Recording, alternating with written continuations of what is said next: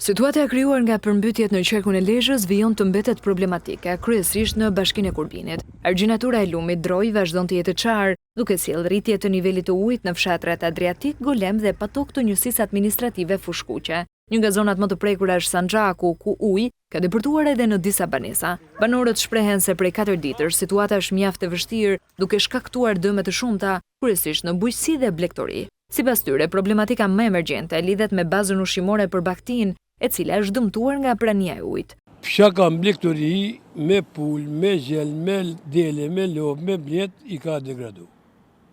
Vetëm nuk nga hine në shpinjat 4 cm kam pa hi mërna. Ka 3 banesa që janë me 20 cm ujë mërna. Nivelli janë në rritje, asë një nuk merë mos, asë kush se verifikon. Këtu s'ka po vaki këso përmytje, vetëm se nuk punojnë pompat e hidrovorve. A këto një kemi nevoj, si nga ka prish bazë ushqimore, nga ka... Çdo gjë që kemi ka eliminu. Ballë nga kanë bërë dam, mujë, sidomos e mujë në ndër më shumë. Mujë në ndër, 25 ditë, për myja shive vetë, nga kanë njëllë qingjat, dhij, kesh shumë kesh.